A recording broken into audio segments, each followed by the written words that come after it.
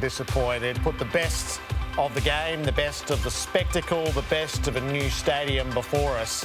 A pulsating affair, dream time in the West. So Jack Riewoldt's had the great privilege of being part of many a big occasion right around the country. He's with us again tonight. Jack, welcome back. Hey boys, how are we? Very well. And Eddie Betts, welcome Eddie. Thanks guys. Thanks. Good to be back. How was Dreamtime, Jack? Yeah, it was an amazing experience. Obviously, Perth Stadium is obviously the newest stadium in Australia, and you can see that they've got all the all the bells and whistles. So no, it was awesome. The light show was fantastic. It was phenomenal. So when you come on after the ad break, Jack, and we ask you about Dreamtime at the G, and you were watching and listening to Neil Daniher. How do you feel? You're going from this inspirational man into sort of footy, and sometimes you think, is footy that important? And it is that important, but when you listen to Neil Daniher... Anyway, what did you feel when you were listening to Neil Daniher? Look, I just think he represents everything that's great about being an Australian. He's got amazing courage, he's brave, and he just does things that... even to get on TV tonight and just want to be here and be the face of what is an amazing charity shows the sort of person he is. And still in Sydney? Yeah, still sitting up in my apartment here in Coogee in Sydney. So fly back over west on Saturday for the Sunday game, and then back to Melbourne Monday morning. So. Looking forward to getting home, counting down the days, but obviously a big game this week as well. How are the kids going in your absence? Well, they got crooked last week, so that was a bit of a tough week. But no, look, it's certainly missing them a lot at the moment. But yeah, Carly's doing a fantastic job at home with the help of my parents. And my brothers don't live too far away, so they've been able to help out where they can, obviously, with the COVID restrictions. But, yeah, look, it's a tough time for everyone back in Victoria. And we're just all hoping that the news can roll around Thursday and everyone can get out of lockdown and get back to some sort of normality in their lives. Eddie, the serious stuff's for you tonight. Were you surprised that the club's called a mid-season football department review?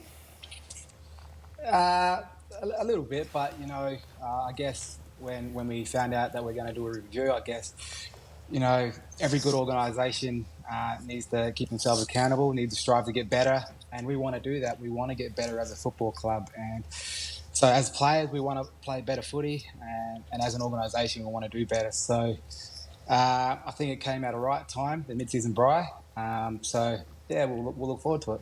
A lot of people are zeroing in on the coach, Eddie, and you're not going to sit there and say, oh, they've got to get rid of the coach. But do you think that's fair or unfair on David Teague?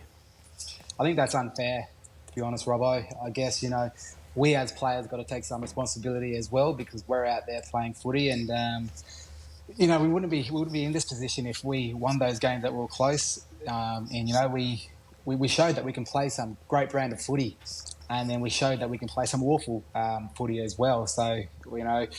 We want to get better, but I think, you know, putting it all on David is really unfair for him. We're in this together as a football club, and, you know, some onus needs to be on us players as well. Eddie, you're a wise football man, and you just said that, you know, you can play some great footy, not from week to week, from quarter to quarter, Ed. Like, yeah, we don't laugh. It's become a bit of a meme that Carlton are a three-quarter team because you play really well for three quarters and you let it go. In your wisdom, as a veteran player and being in good teams and bad teams, what is missing or what happens when Carlton fall away for a period of time in a game? Yeah, it is. It is frustrating, Robbo, to be honest. You know, like we are good enough to play some great footy, but we're just not holding up for four quarters. And when we do play, like, it looks awesome and it feels awesome. And teams get a run on, you know, just in those quarters, and we can't stop that run. So we're going to be working on that. And I put it down to just believing in our system and in our structure. Don't fall back into your shell when the pressure starts coming your way. You know, stop going down the line.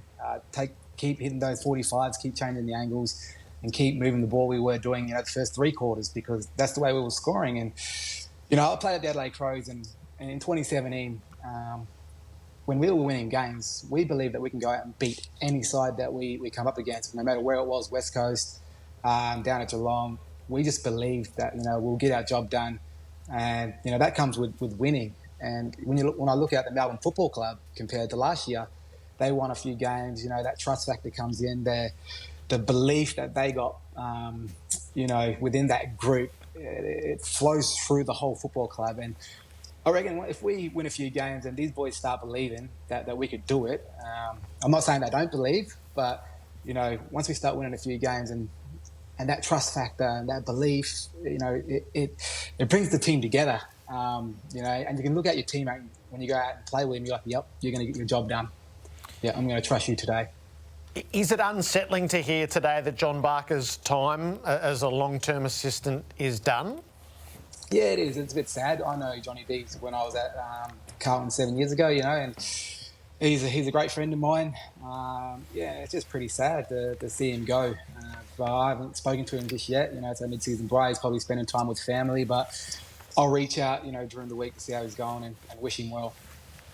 I want to talk to you about a player that everyone's talking about at the moment, Jack. We've gone from your great Mark, and we spoke about you for 5 days, but now I want to talk to you about Shai Bolton. He's had his issues, and we know that he broke his arm and he got suspended, and he's come back, he broke his arm, he didn't get suspended, and he's come back. Tell us something about him, mate, that we might not know about Shai Bolton, because he's captivating the entire competition. He's pretty shy, but and I know you were calling him Shy last night, Robbo, which I was going to get on and give you a bit of a rev about. His name's Shay. No, I just thought he was shy. It was a play on words, Jack. No, it's not a meme either. So I caught that one before, Robbo. It's a meme. Very good. No, I don't use him. Sorry. I think he's treading a very similar path off field to what Shane Edwards tried. Like, he's got some amazing young leadership qualities, and I hold him in fairly high regard in terms of what he does off the field. He's got a great mentor, I think, in Dustin. I reckon he really follows in Dustin's footsteps. They've got a really great connection, and they're 2 great weapons that we're allowed to use through the midfield and the forward line. But, I mean, he does stuff that, and you've seen on screen now, that you sort of look at and go, there's a bloke who else is on this show at the moment that could do stuff like that. It was a pretty special player. So yes, we don't want to put too much on his shoulders, like calling him the next Chris Judd, but we think he's going to be a very good player for us going forward. Very sharp. Nice, tucked Jack. in there along the way. What do you think of Shai, Eddie?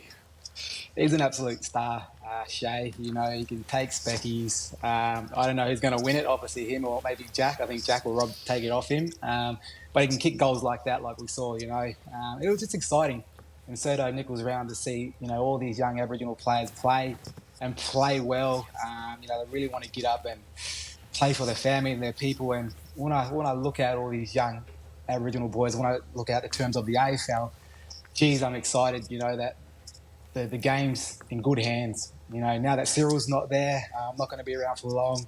But to sit back and watch these young Aboriginal kids come through and the way that they're putting on a show, it's going to be exciting for years to come. So an older Indigenous player, Eddie, how did you feel when you heard that Adam Goodes has decided to decline the Hall of Fame induction? Yeah, it was really sad. I could understand why, because obviously what happened to Adam throughout, his last 2 years of playing AFL footy and the stuff that he copped throughout the organisation and through the general public as well. And it does leave a scar. It leaves a scar. And, when you speak about racial abuse, when you speak about, would time heal that? Time can't heal racism. That sticks with you forever. And when I think about it, I think about every time that I've been racially abused, and it cuts me deep. It really does. It still hurts to this day. And I think it's going to hurt for the rest of my life. And I think what happened to Adam is going to, hurt him for the rest of his life. And I think a lot of people out there need to respect his decision. and understand his decision. I know it's been out in the media today, and there's been a lot of comments, about Adam and all that. So, but I truly do believe that people just need to respect Adam's decision. This is his decision. Obviously, he's been racially abused, and if you haven't been racially abused, then you don't know what it feels like. It cuts you deep, and this has obviously cut Adam really deep. So, I'm just, hopefully people out there can just respect the decision that Adam, doesn't want to accept that. Eddie, Jack, great to chat as ever, and good luck with what's to come next. Thanks guys. Thanks for having me. Jack Riewoldt and